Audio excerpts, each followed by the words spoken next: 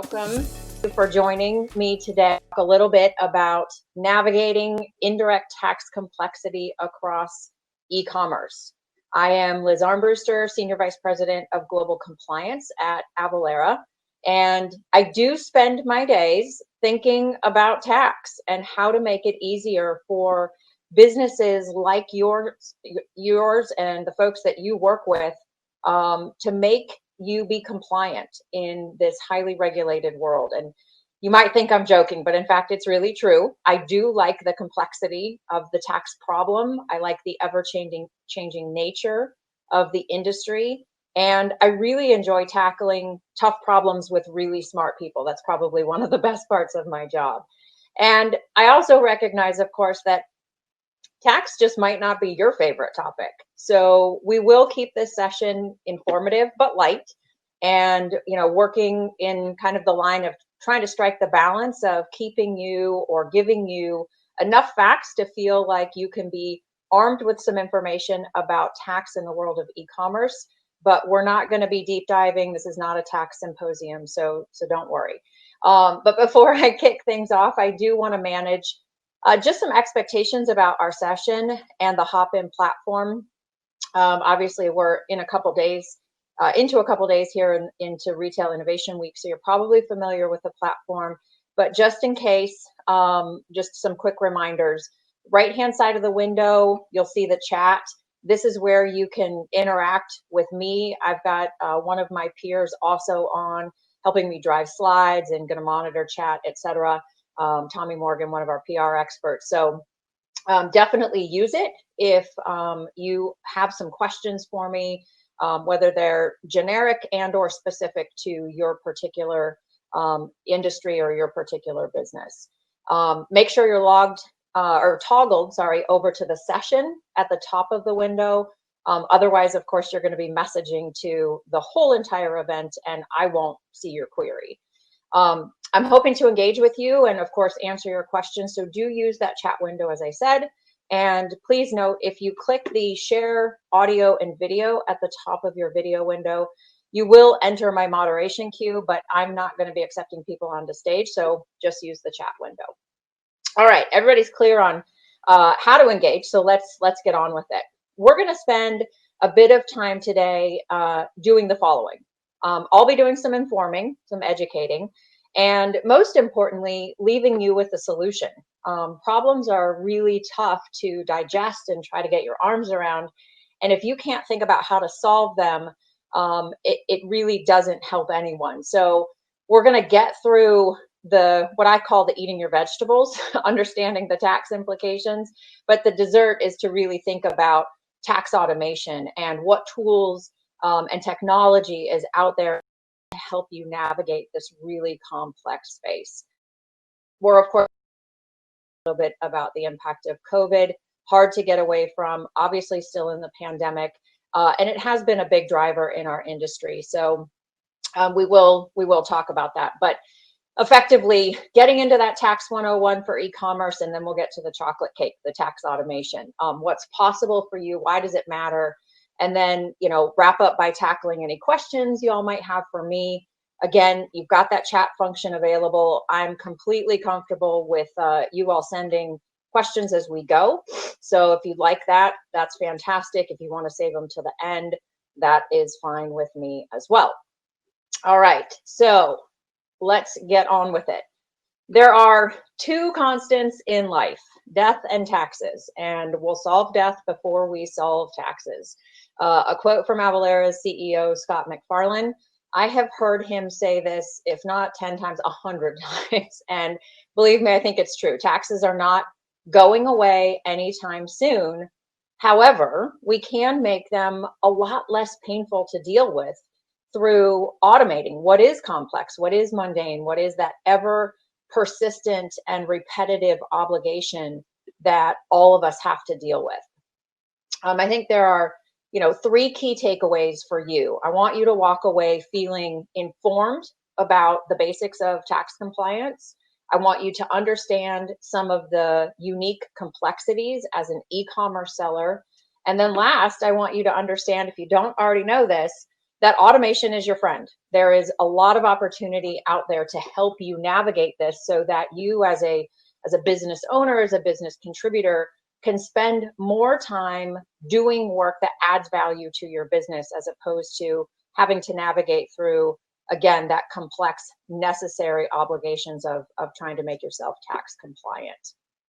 All right, so let's move on and talk about COVID.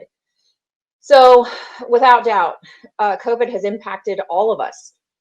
Some ways that are very common between us, obviously having to go to remote environments for most of us and many of us still being there. Others maybe not so much in common ways. One of the phrases that we often use just within our environment at Avalara, and I think it just sums up kind of the year of 2020 and COVID in general, is that we're all in the same storm, but we're in very different boats. You know, for some businesses, COVID has been really, really challenging. Some businesses haven't survived, and in other cases, some have thrived. But all in all, the impacts are becoming and have become very, very evident. Some may, in fact, not be known for years, if not decades to come. But what I know is that humans, of course, all of us as consumers, race to adopt e-commerce as a result of this pandemic, and in many cases out of necessity, without the ability, for example, to access your local market or your favorite hometown store or your big box store. The options early days were somewhat limited, and gaining access to the necessities required adaptation by both sellers and buyers. And so if you were a business that was not already selling online or through marketplaces, it either had to make necessary modifications or suffered significant loss in the business. And like I said, if not even a shutdown. But studies have shown that this pandemic has rapidly accelerated the pace of e-commerce. And I'm certain that all of you are feeling that. So much so that by 2023, e-commerce sales will have jumped from 16% right there at the beginning of 2020 to 22%, 6% jump in total retail sales. That's huge. A couple other stats to throw at you. 93% of online consumers have shopped on a marketplace. 93%. I mean, a decade ago, who would have said that? And 93% of consumers means you've got a wide span of an audience. So just, I start to think about how do you serve your consumer, and, somebody who's really tech savvy versus somebody who isn't, also means that you've got a lot of work to do around ensuring that your ability to connect whatever it is that you're selling to your consumers becomes really seamless and easy because of the variety of consumers that are out there buying your product. I think about my kids who are in their 20s versus, my parents who are in their 70s, and they've got quite a significant gap of what they're able to do with technology. So definitely a daunting challenge for sellers to figure out how to do that really, really well. A couple of other facts for you just to think about. Nearly 1 out of every $5 that was spent during Q3 of 20 came from orders placed online. 1 out of every 5, 20%. B2B marketplace sales worldwide, there's another one, could reach $3.6 trillion by 2024. That's up from $680 billion. That is a huge increase. Again, B2B marketplace sales. It's a massive, massive opportunity out there. And, let's not leave the consumers out of it. B2C, global B2C marketplace sales, estimating reaching $3.5 trillion annually in just a couple of years, 2024. And that's up from 1.1 in 2018. So a massive jump. Last one, e-commerce sales in the third quarter of 20 accounted for 13.5% of total sales, according to our U.S. Department of Commerce. So lots of people out there buying lots of things, leveraging technology, etc. But, again, any way you want to look at it, in my view, COVID was a significant catalyst for consumer behavior. Again, lots of different ways affecting you all as sellers, and thinking about what does consumer behavior look like? What do I need to do to ensure my products are reaching my buyers in the most seamless and easy way possible, while also making sure that I'm managing all the work behind the scenes, including tax. And so, in my view, what we saw in 2020 were years of consumer behavior change happen in just the course of a very few short months. And that means for all of you that the digital first, I don't know why I struggle on that word, digital first approach for many consumers is here to stay, at least until we have the next big shift. But I think it's here to stay for quite a while. So a lot for y'all to think about. All right, let's do this. Let's jump into the world of indirect tax 101. So getting on board with this channel, e-commerce channel, it of course requires, and y'all know this, more than setting up a website or connecting to buyers through favorite marketplace. Just like selling from your storefront, you have to be aware of indirect tax obligations, else you risk unexpected obligations, payments, penalties, etc. And I would love to tell you things get easier when you move into the world of e-commerce, but the fact is, from a regulatory perspective, that's just not the case. Things get really complicated when you work in the world of tax content alone. As I think about tax content, let me put a little bit of a frame around it for you. I think about product rates, I think about product rules, and just in general kind of taxability and boundaries, right, for taxing jurisdictions. And that's really kind of at the basis of what happens when you think about tax complexity. So in our quick little example here that we've got up on the screen, in New York, tacos are taxable, but burritos are not. And just like that, there's places where if you eat in, the food isn't taxable, you take it to go, it is. You put cream cheese on a bagel, it's not taxable. You don't put it on, it is. It's really, really complicated. And knowing those rules, of course, and applying them into your environment can take a lot of time. And as I said earlier on, that's time away from value-added activities that you'd rather be doing that would help your business. So suffice it to say, there are things that you need to know to help you navigate the complexities of indirect tax. And I've broken them down into 6 main categories. And I know y'all are going to say 6 kind of breaks the rule of 3, the typical limit that humans can quickly and easily recall. So I don't know, maybe y'all perhaps think of 2 lists of 3. But anyway, here we go. All right, so tax rates, number 1. As we just discussed, tax is complicated. Rates, rules, tax boundaries, right? They all add up to challenges when determining the correct application of tax to your product at the point of sale. Many e-commerce platforms offer tax rate tables, and that's a great start.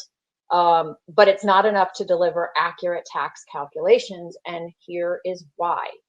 Rate tables are just that, a rate table. They don't offer taxability rules, which of course vary according to the SKU or the location, for example. So remember what we just talked about, that burrito taco example, right, in New York. That's a perfect example of just saying, hey, listen, you can't just apply a single rate because it may or may not, considering taxability, be taxable.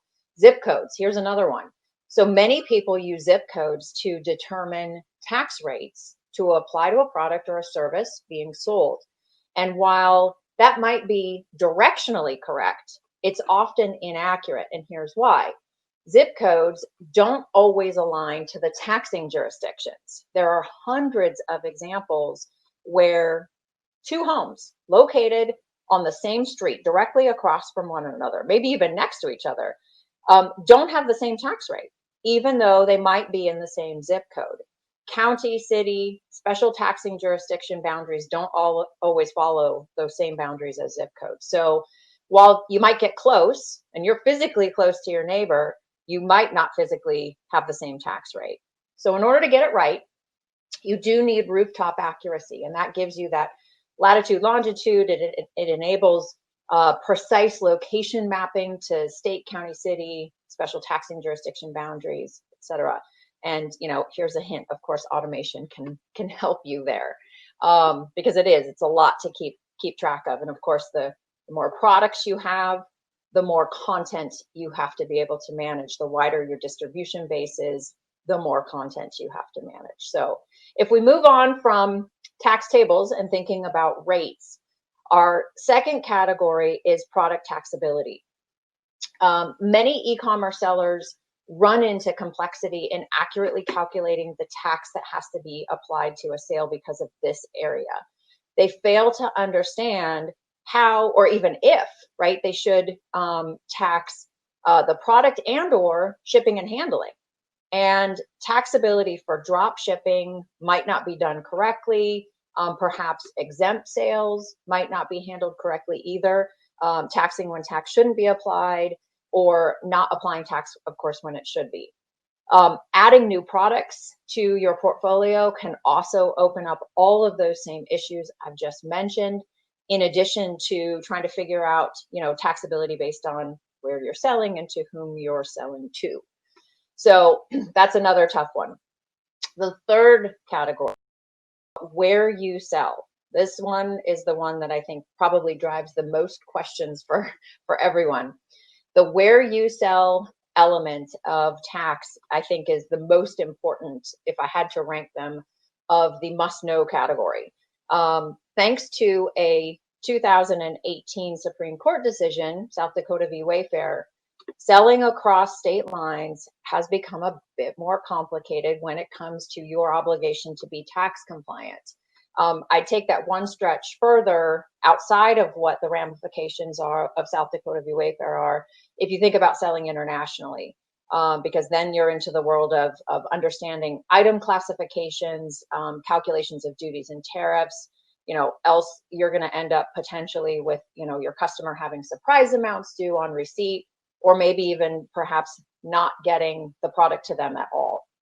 So big complications in the world of international selling. But let's come back and focus here on trying to sell in the US through e-commerce. So to help you navigate this, tax complexity, I do want to mention that, Avalara, again, has a free sales tax risk assessment tool that is available. It can help your business understand where you might have obligations, in particular as a result of the Wayfair decision and economic nexus.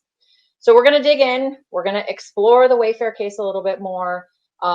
It's relatively easy to understand the impact it has on e-commerce sellers, but the fact is many sellers are just not even aware that it exists. I think it was June of 2020, mid last year, we did a survey, and our survey data showed that nearly half of the businesses who were respondent said they weren't even aware that the Wayfair laws existed. So there's some work to do out there around just knowledge management. What does it mean? How does it apply to my business? And then what do I need to go do? And how do I do that well to make sure that the tax auditor doesn't come knocking and I'm not going to be hit with payments that I wasn't expecting. So before we get into kind of all the details around this, I want to make sure that this audience understands a term, and that's nexus. In the world of tax, nexus means a relationship or connection that a seller has with a state that requires that seller to register, then collect and remit sales tax in the state. And until the Wayfair decision happened, generally having a physical presence in the state was the leading business activity that established that relationship. That's what established nexus between seller and the state. And physical presence, of course, includes renting or owning property. So if you have a storefront, but it also means employing remote workers. It could be storing property in a fulfillment center. So that physical nature can take some different forms. Also, advertising, drop shipping, receiving referrals from in-state businesses. Those are all activities that can trigger sales tax nexus and therefore your obligation to collect and remit. But the ruling in South Dakota v. Wayfair allowed states to base sales tax collection on sales, or basically sales transaction volume. And that's what's termed as economic nexus. So it wasn't a shift necessarily away from physical, it was more of a plus statement. So the opportunity to create physical nexus still exists. And now you have an opportunity to also create economic nexus based on the states you're selling into. And again, volume of transactions is one way that states look at that. Total sales volume is another. And all the states like to do it differently. And we'll talk about that. So this is the view right now that you all are looking at of the number of states that had economic nexus laws pre-Wayfair. Here's the picture today. It's quite different. And we'll flip over to that. Yep, lots of orange states. 43 of the 45 states with a sales tax now have an economic nexus law. And, you know, let's look under the covers a little bit about the complexity of economic nexus. And you all, I think, will quickly understand how costly it is and why it would be so tough to manually manage this.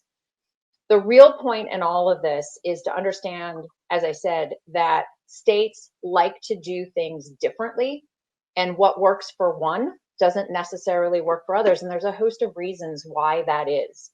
Some states have a threshold for triggering economic nexus, while others, like Kansas, for example, deem every single one of the remote sales to be taxable. Some have a combination of total sales volumes or total sales values and volumes. Connecticut would be an example of that, while Georgia offers an or scenario. It's an economic nexus triggered when a business reaches $100,000 in sales, or it has 200 or more retail sales in the state.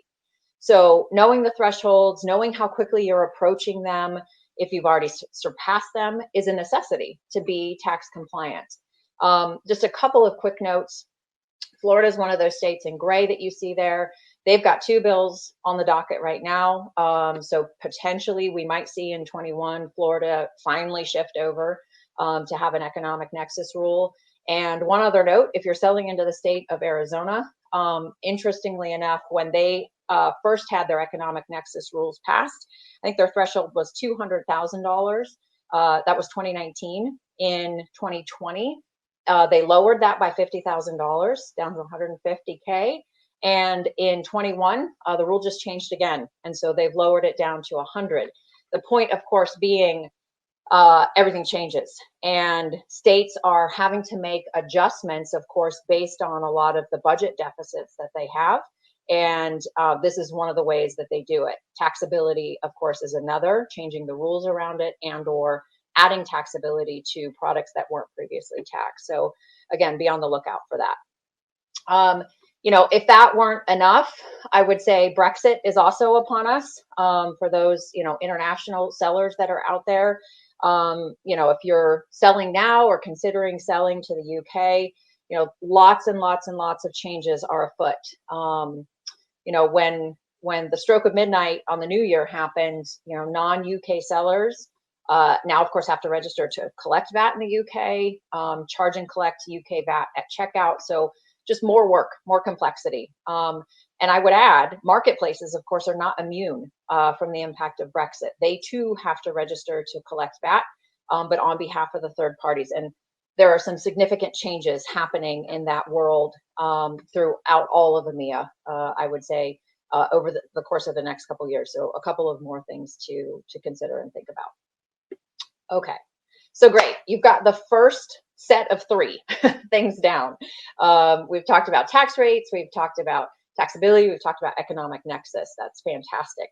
Now we're gonna move into part 2. So our second list of 3. We'll cover selling through multiple channels, managing exemptions, and finally dealing with the necessity of product returns. We all know customers return products that don't work out for one reason or another, and that has an impact on tax. So we'll start with your selling channels. We've covered, as I said, understanding nexus and understanding physical presence, of course, you know, that brick and mortar store, but now you've got this additional obligation due to where you sell. And as I said, there's one more twist. If you sell through a marketplace, there are some additional rules and processes to be aware of. Marketplace facilitator laws are relatively new in the world of tax, but they do require generally that a marketplace facilitator collect and remit sales tax on behalf of the third-party seller. So like economic nexus laws, these laws can differ by state, regardless of if the marketplace calculates, collects, and remits on your behalf. You, as the seller, are still responsible to know your sales. You're responsible to know the amount of tax that was remitted on your behalf. And typically, you've got to go aggregate that data and include it on your periodic return. So if you happen to be selling from a physical location, again, maybe you're also selling through an internet storefront, and you're also selling through a marketplace, or maybe even it's multiple marketplaces. You have to be able to consolidate and reconcile your data when filing your tax returns. It's not an easy task to do without the help of technology. And of course, underpinning all of that is believing we got the tax right to begin with. All right. Second of this second list of three, I want to talk about B2B sales. What do you need to know, and what challenges might you face if your customer or the specific purchase that they are making is tax exempt? In short, what I want you to know is that, of course, it's the seller's obligation. It's your obligation to ensure that you have the necessary support documenting the buyer's exemption status if you elect not to charge the buyer tax on the purchase. So, getting that documentation sometimes can be cumbersome if it's done manually or if it's done after the point of purchase. So be thoughtful about that as you're considering who you're selling to, what processes and what automation you might have in place to help you with that process, especially if you do a lot of exempt sales, or maybe one of the products or two that you are selling happen to be exempt in particular locations. So as I said, automation of the process is one way to ensure that not only you're tax compliant, but you get the best possible buyer experience. Because, again, going to a customer after the fact, trying to manually scrape together some data, isn't awesome for them either. So minimize your risk, create a great buyer experience. And the last thing I would add on to this is, given the world that we're in right now, there is a little bit to be learned from history in and around exemption. So if you go back in time, a little over a decade, the 2008 recession happened. And what we saw after that fact was that exemptions in general really became some low-hanging fruit for tax authorities to go after to get revenue.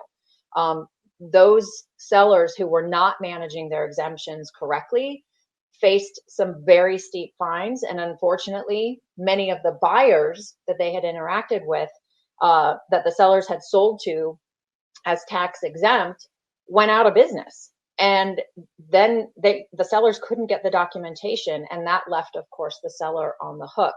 So as I consider the environment that we're in, lots of departments, tax authorities have some budget shortfalls that they need to deal with. They're going to be looking for ways to go up and fill those coffers. And I would just, again, be cognizant of the fact that this is one of the very quick and easy ways that tax authorities can go after and get some money back on their books. Okay, we are at the third of three in our second category. That would be in and around managing product returns. As I said, y'all are familiar, they happen. So figuring out a way to manage them both seamlessly and accurately is absolutely necessary. And what that entails is ensuring that the proper tax is refunded and the appropriate tax return then gets amended to reflect the change of the sales status.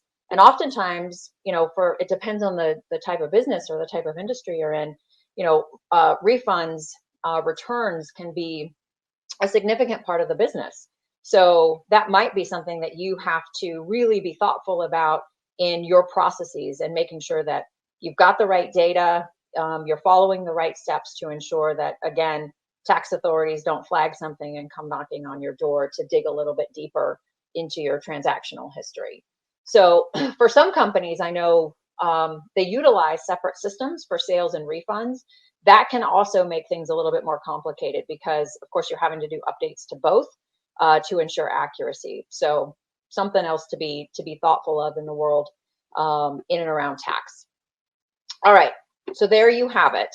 As an e-commerce seller, 6 things you got to know about sales tax to ensure you're both compliant, and then, of course, you're ensuring a good buying experience for your customers. So in review, the topics that we covered were, in our first category, why simply using rate tables aren't sufficient for most states. We then examined how taxability stretches beyond the item you're selling. And then third, last, where you sell brings new challenges, whether that's economic nexus, whether it's Brexit that you're dealing with, or just in general, you're working outside the borders of the US and you've got customs duties and tariffs to deal with. In the second category of topics, we talked about the impact of selling through marketplaces, managing exemptions, and then also talked a little bit about product returns. In short, it's a lot to manage. And of course, you still have your business to run. So how do we think about automation? Generally speaking, as we've said before, as I said before, 2020 pushed the fast forward button on the adoption of automation. A lot of companies thought through and accelerated digital transformations. In mid-2020, Avalara did a study with another company, a partner of ours, Avalara, and we targeted finance professionals and found out that half of finance pros said that automation has helped them navigate the challenges created by the pandemic. They talked about the fact that, the benefits were in a multitude of areas, many of which, as companies think about digital transformations, think about automations, these are why, or these are the areas they go target. But the specific feedback said, yes, like across the board, we have benefited customer journey, data management, operations, back office management, and just in general management of risk. Have been areas where that survey found that finance pros and in other areas of their business that it helped them. And when I sit back and think about typical drivers for considering automation, the things that come to mind for me are new market growth opportunities. 2 would be evolving customer and behavior preferences. 3, increased competitive pressure. Number 4 would be regulation, compliance standards that y'all have to deal with. And then last, evolving employee behavior and preferences. And, wow, when you sit back and think about that list, most, if not all, industries experienced nearly every single one of these drivers in 2020, just as a result of the impact of the pandemic. So for me, as the speed of digital transformation begins to accelerate, right, we're just really seeing that climb, the work environment has to adapt. And I know for many, wow, this was a year of change, and change can be challenging. But what I would tell you is that there's a wealth of benefits to be expected, not just for the actual tasks that need to be done, but for the people, the business, the economy that you operate in. And as I mentioned very early on in this program, regulatory tax compliance can really take some significant time away from other value-added activities in your business.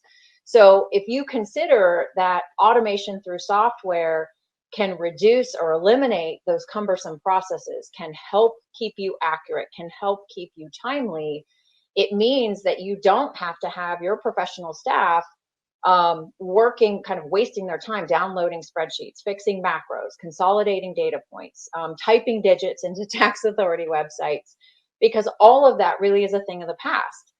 And of course, it would be one thing if we were in a static environment, but the fact is we're not. More changes coming. Tax authorities press for more real-time compliance. The age of e-invoicing, the age of really capturing dollars due to a tax authority at the point of a transaction happening are not that far off, and our digital technology will enable that. So again, trying to get ahead of that curve and think about how you can automate it certainly are to your benefit. So our customers at Avalara have been able to benefit from utilizing our software because they're reducing their risk associated with manual processes, and then just all up, they're increasing their overall efficiencies. And through that mindset, that mindset of automation, companies are able to use their teams, of course, with greater purpose. Suddenly, efficiency allows for more strategic positioning of employees, skill sets, overview of kind of the whole function. And the return on the company's investment using software then speaks for itself. The value on time, the value on mental health, the value on daily functions has an absolutely clear increase as well.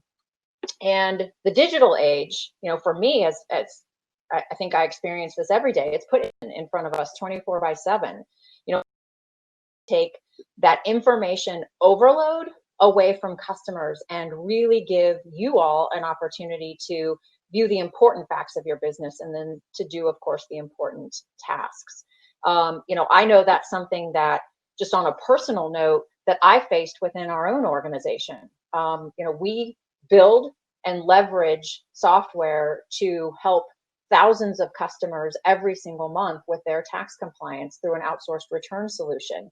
And back in the day when I joined Avalara, I was concerned as to how our employees would see automation. They're the ones who are in there punching the buttons and making the returns go from just a bunch of data to a form out to a tax authority and then back to something that the business could take a look at as their confirmation of filing.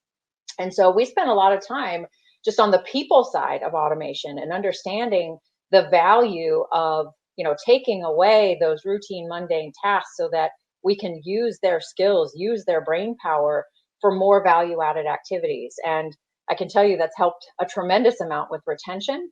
It's also helped with creativity. It's helped with innovation, et cetera. And of course, very proud to say that many of those same people that were there when I joined 7 years ago are still with us, but doing very, very different jobs. And so that's just part of the story of automation. So as we look to kind of wrap up this breakout session, I promised we weren't going to go too heavy on indirect tax and tax complexity in commerce. You feel like we've met our objectives. Number one, sharing some helpful information. Two, a little bit of tax education 101. And then three, letting you know that there's an opportunity out there for some help, right? A better way to manage your tax compliance obligation. And that, of course, is through the use of tax technology, automation software, and Avalara is here to help and partner with you to do that. So I'm happy to take any questions y'all might have at this time.